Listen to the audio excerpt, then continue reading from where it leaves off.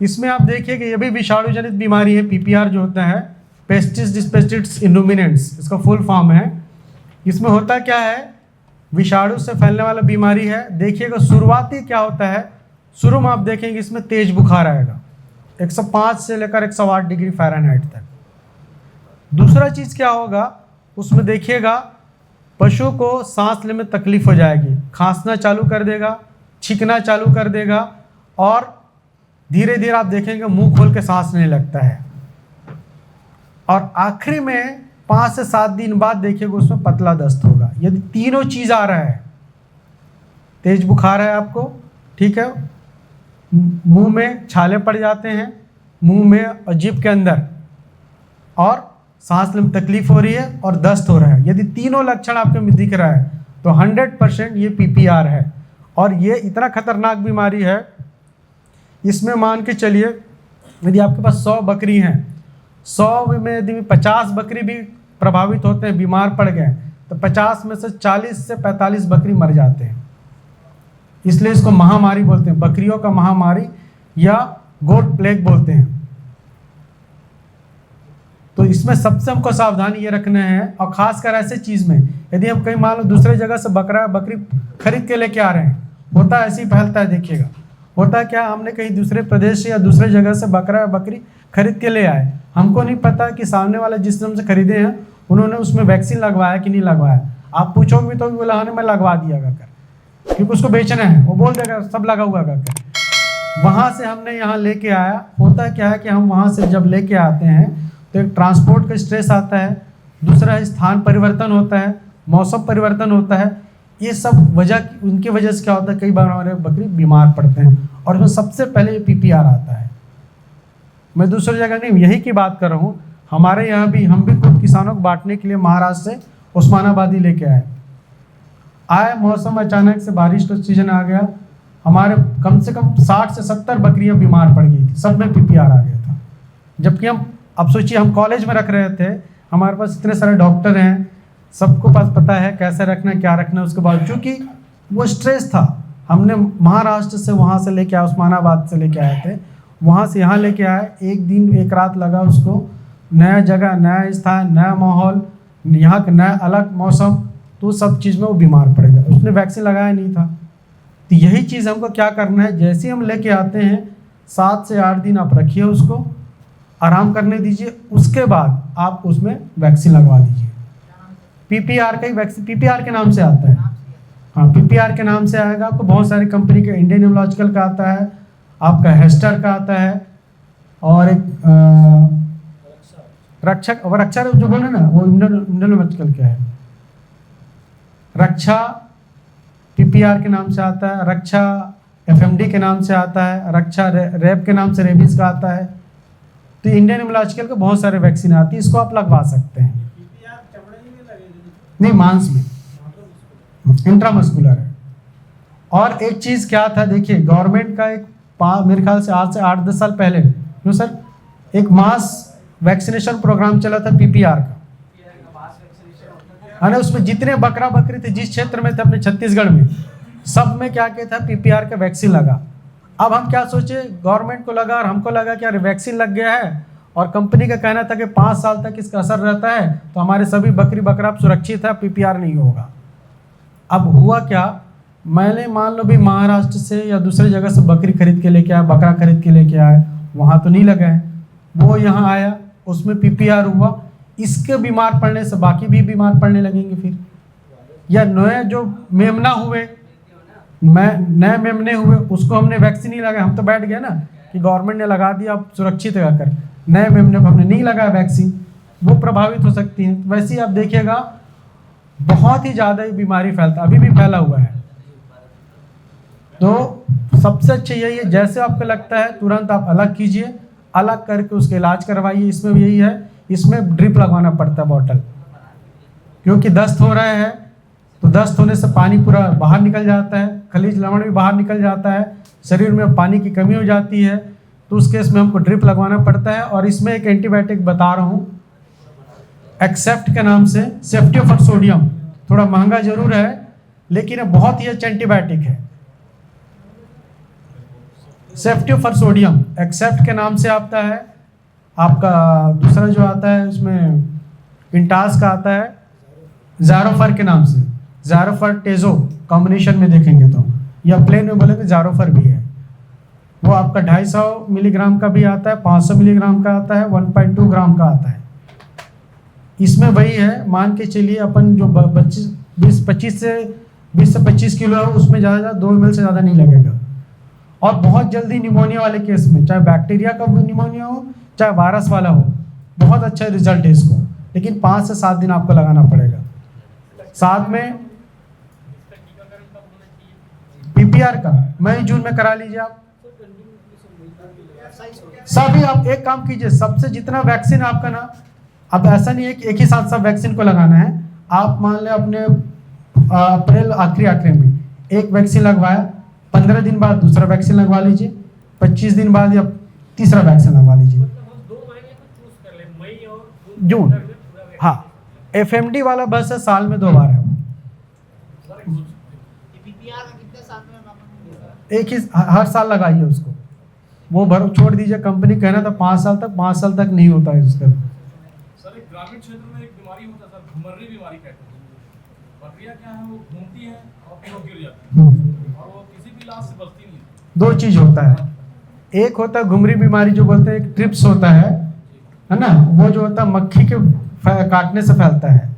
तो उसमें यदि तेज बुखार है, गोल गोल घूम रहे हैं, आंख हल्का से ऐसे खोल के देखेंगे कंजक्टिवा पीलापन पर जाता है।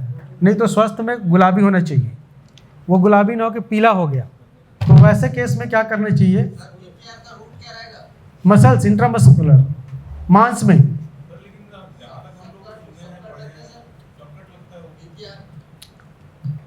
सर ऐसा है देखिए, सब कट में क्या है, सब कट का कॉन्सेप्ट यही है उसमें कि स्लो रिलीज होगा, तो स्लो रिलीज होगा तो धीरे धीरे एंटीबायोटिक बनेगा, एंटीबॉडी बनेगा और एंटीबॉडी रोग लंबे समय तक रहेगा। ऐसा कुछ नहीं है, आप इंट्रामसल भी दे सकते हैं, सब कट भी दे सकते हैं, जो आपके लिए पॉसिबल हो। यदि आप इंट्रामस्कुलर लगाने आते हैं इंट्रामस्कुलर लगा दीजिए, इंट्रा सबकट लगाने तो सबकट लगा दीजिए, उसमें कोई फर्क नहीं।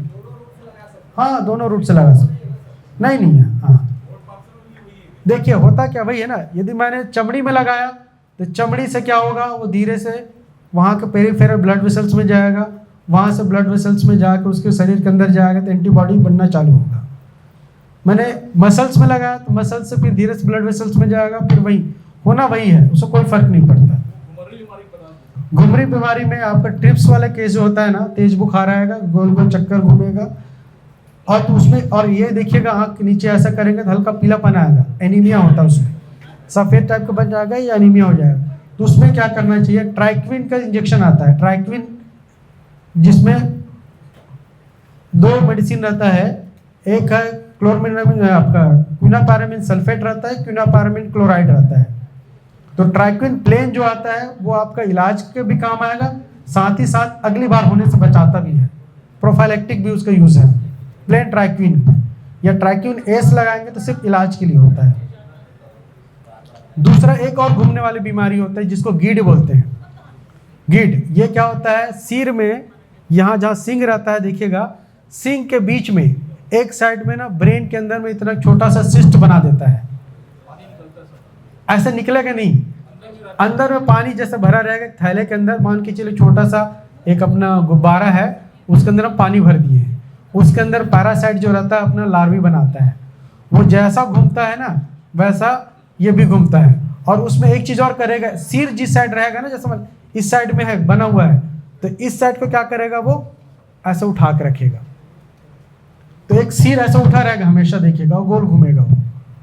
तो उसका इलाज आप आइवरमेक्टिन का भी इंजेक्शन लगा दीजिए, कुछ नहीं होता है। एक ही उपाय है, वो है ऑपरेशन। ऑपरेशन करके वो जो सिस्ट बना रहता है उसको अलग से निकालना पड़ता है, और फिर भी आप बचाव के लिए आप आइवरमेक्टिन का इंजेक्शन हाईटेक या नियोमेक तो लगवा ही दीजिए, ठीक है, लेकिन मेन ऑपरेशन से ही वो बचता है। तीसरा चीज़, एक चीज़ और बोलना चाहूँगा आपको, जो है आप नियमित अंतराल में अपने बकरी और बकरियों में कृमिनाशक दवाई जरूर दीजिए। यही चीज़ हम कई बार गलती करते हैं कि यार खा रहा है, खेल तो रहा है, सब कुछ है, स्वस्थ भी आ रहा है, बच्चे भी दे रहे हैं, क्यों लगाना?